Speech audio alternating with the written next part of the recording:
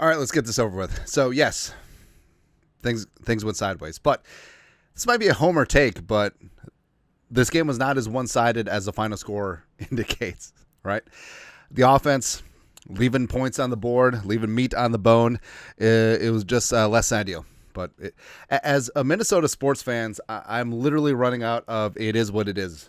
This is not a renewable resource. But slinging Sam Darnold, a.k.a. America's quarterback, is that a phenomenal season?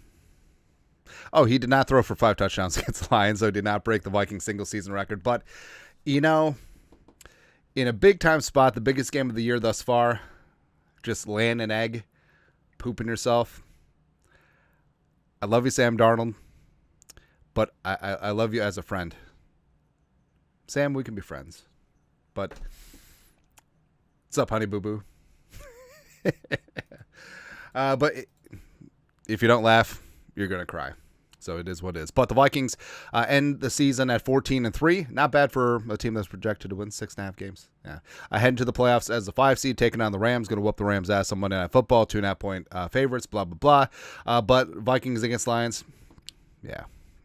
But winners and losers. So winners, these are going to be mostly on the defense. Shocker. But Jonathan Bullard. So Bullard and Tillery and Harrison Phillips up front, they don't get the love that they should. And that's what happens when you run a 3-man front, is that their job is to stop the run, take on multiple offensive linemen, play 2 gaps, and go from there. But Bullard's been damn solid this year, man. Well, he's been solid since he's got here, man. But he's great against the run. Had that 4th down tip early in the game when it was still a ball game. Had a sack as well. So I love me some. I want Bullard and Tillery back, 100%. Josh Metellus, his tip led to the interception with Ivan Pace Jr.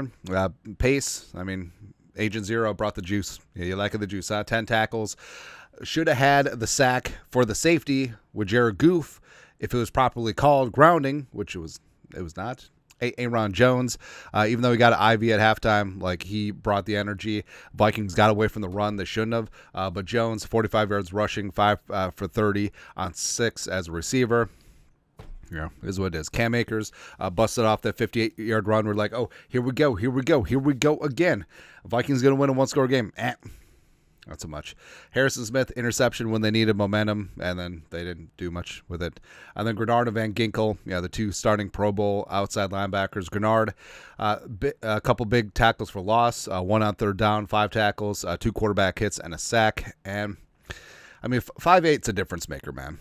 He absolutely is. Andrew Van Ginkel, speaking of difference maker, where if Ginkel just would have held on to that Gink 6, that would have changed things, but is what it is. Like I said, as a Minnesota sports fan, I'm literally running out of it is what it is, right? Also had that huge hit on Gibbs and 7 tackles in the game. 43 was out there making plays. Speedy Naylor. You don't want to talk bad about Jefferson and Addison because the passing game was just bad today.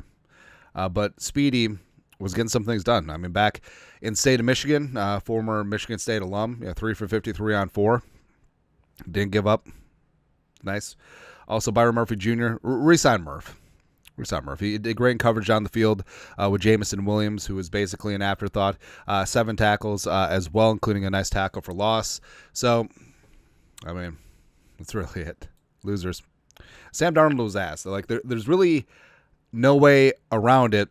Sam Darnold was just very, very ungood tonight. 18 for 41, 44%. 4 yards per attempt.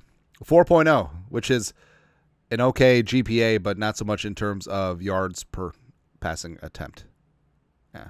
55.5 quarterback rating. He threw for 166 yards. It was just not great. And his accuracy was all over the place. He was high, literally throwing high every single time, especially in the first half. And a major reason why the Vikings were so bad in the red zone is because of Darnold, and the red zone offense was just atrocious. 0 for 4 on trips inside the painted area, and it gets worse. So they had 11 plays inside of the Lions' 10, and they got 3 points out of it. It's ridiculous. And it's play calling, it's execution, and everything like that. And Kevin McConnell's play calling was just not good, where multiple things can be true. Right? Sam Darnold was great this year. resurrected his career, should win comeback player of the year. He was terrible tonight. Kevin O'Connell is one of the best young offensive minds in the game, one of the best head coaches in the game, and he should be extended here long-term with the Vikings, and he should be paid all the money. Kevin O'Connell was terrible tonight. Right? Both those things, all those things can be true at once, and they absolutely are. Right? And O'Connell's play calling, abandoned the run too early, and it honestly felt like O'Connell thought it was still a shootout when it wasn't a shootout. Right? And put too much pressure on Darnold, put too much pressure on his play calling. Calling long developing plays in the offensive line, couldn't block it up, didn't adjust to what Aaron Glenn was doing. And that's the most frustrating thing, where the Lions defense was very banged up. And you don't get in the end zone against a defense that had given up 30 points a game over the last 5 games. You put up 9. Redonkulous, man. Also, I did feel like they were too predictable in the red zone, where a lot of the concepts that they saw against the Lions, like we've seen throughout the year. And it's very easy to do, especially this time of year. You fall into tendencies and traps like that, but we got nothing fresh and creative for the biggest game of the year thus far. Yeah. And the team wasn't ready. Right? Defense was fired up, ready to go, but offense, special teams, they weren't ready. Everyone involved, from top to bottom outside the defense, was just not there. And offensive line let Darnold get smacked too much. Now, part of that's on Darnold, hang on to the ball too long. Part of that's on Kevin O'Connell for calling these 5- and 7-step drops when the offensive line couldn't block him up, but they're just not good. Also, on that 17-yard sack, Dalton Reisner should get half a sack from Zadarius Smith on that, because he literally pushed Zadarius straight into where Darnold was. But it was rough. Too many drops.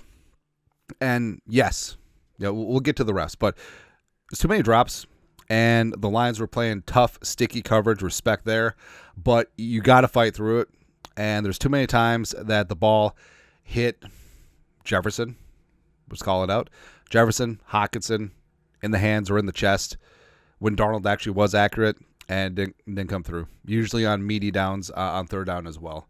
All right, and, sure, they were getting open. Yeah, Darnold missed a couple, but it is a symbiotic relationship. And, when Darnold's on the money, they got to bring it in. And they didn't tonight. Tirico and Collinsworth, my God. So how many times is Tirico going to talk about the Vikings and the play clock? Whoa, it reached 0, but... And then Collinsworth just completely creaming in his jeans over Alex Anzalone. The NBC had a mid-game package, highlight packages of Anzalone on 3 different plays. There were 3 separate penalties. There was a face mask, a defensive holding, and a DPI. And Collinsworth like, this guy. So stupid. And the refs, we said it from the jump, and the refs did not disappoint. You have to play better than the refs ref. This is basically a playoff game. In the playoffs, they're going to let guys play. The Lions probably took it a little bit too far. There was DPI, there was holding, there was a face mask that was missed on Darnold. But the most egregious one was how they handled the 2 intentional groundings. So with Goof, he was in the end zone. Should have been a sack and a safety. Vikings get the ball. They get the 2 points. Hey, we got double digits. Wow. But it was clear that he was just turfing the ball. And they said, yeah, the tight end right was in the area. He didn't throw it at right. All right, so that should have been a safety and 2 points. And then for Darnold's grounding, he was outside the tackle box by about 2 yards, which you can throw it away when you're outside the tackle box. It's just frustrating. And we said from the jump, you have to play better than the refs ref, and the Vikings obviously did not, but it's still just... And then Reichard, shaking that 52, kicking that one out of bounds at the 40, where it gave the Lions a short field with 20 seconds left, and then 2 quick passes, and all of a sudden they get a free 3 points. Now, you could say, well, it's 31-9, who cares? Again, this game was not as one-sided as the final score indicates. Right? This game got away at the end when it became a rout, but this game was close through 3 quarters. This game was a ball game, right? And all these things did matter, but I don't know, just a failure of the offense, failure of Darnold, failure of Kevin O'Connell. Play calling was bad. Reichard was bad. Offensive line was bad. Too many drops. I mean, Jefferson and Addison got locked down by Amik Robertson and Kindle Vildor, right? Just embarrassing. Embarrassing, where everything was on the line, right? 1 seed, win the division, everything was there. should have beat the Lions. And I understand, like, it's a homer take of the Lions are indestructible. No, they weren't. 3 quarters, no, they weren't. Defense held up to the Lions' offense until they realized they weren't getting any help from their own offense and special teams. And then things just happened, right? But the defense played well enough for you to win. The defense got two takeaways. Jared Goff was looking average. Vikings were getting stops on 3rd and 4th down. But, yeah. But in a weird way, this might be good, right? Because maybe the Vikings, obviously the 1 seed would have been great. 2 home games, you get to the Super Bowl. But now we got to be road warriors. Favorite on the road against the Rams. Go get it done. And guess what?